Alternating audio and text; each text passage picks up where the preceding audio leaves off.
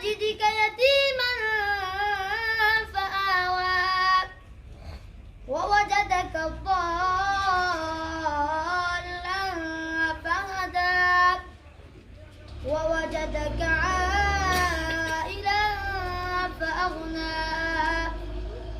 فأما اليتيم فلا تقهر وأما السائل فلا تنهر وأما بنعمة ربك فحدث صدق الله العظيم। मैं सबसे पहले ज़माना को शुक्रिया अदा करता हूँ कि इन्होंने यहाँ पे फ्री कैंप का जो है ना वो इनकार किया और हमें चलने का मौका दिया। आप सबको पता है कि हमारा आना जाना तो रहता है, हर महीने हमारा कहीं ना कहीं कैंप होता रहता है, लेकिन ये बीमारी जो कोरोना की बीमारी की वजह से काफ़ी अर्सा हो गया, तकरीबन 1.5 साल से 2 साल हो गए,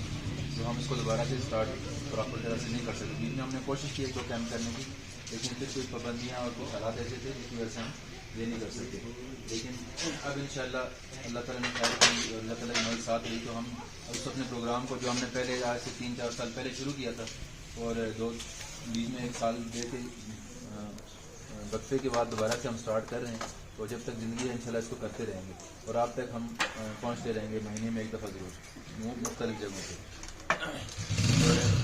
सबसे पहले तो मैं डॉक्टर साहब को मुबारकबाद पेश करता हूँ कि यहाँ मलोड्स में बहुत सारी चीज़ों का भुगतान था। हेल्थ के मामले में तो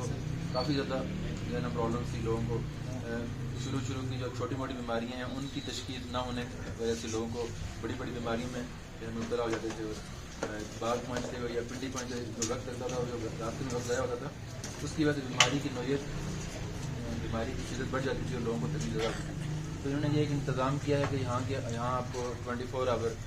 तो नहीं हो सकेगा, लेकिन ये कम अज़ कम दिन के टाइम में जो फैसिलिटी है वो आपको प्रोवाइड करेंगे। और ये डॉक्टर साहब जो हमारे हैं हजरत साहब, ये माशाल्लाह बड़े एक्सपीरियंस डॉक्टर हैं, मैं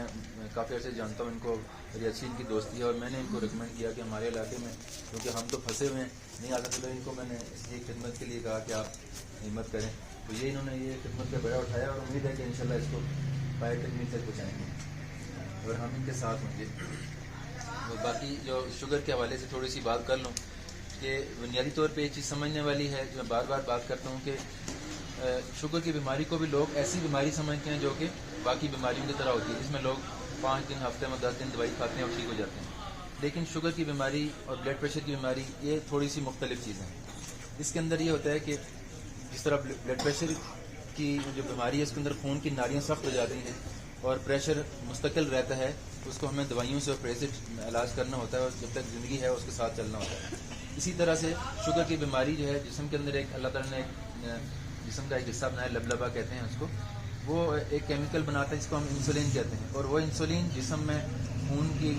जितना जो खून के अंदर ग्लूकोज होता है वो इंसुलिन इसको ताकत में बदलता है और उस ताकत की जो हमें जिस्म में ताकत मिलती है वो उसकी वजह से होती है। लेकिन जब उस इंसुलिन की कमी हो जाती है, लबलबा हमारा ख़राब हो जाता है तो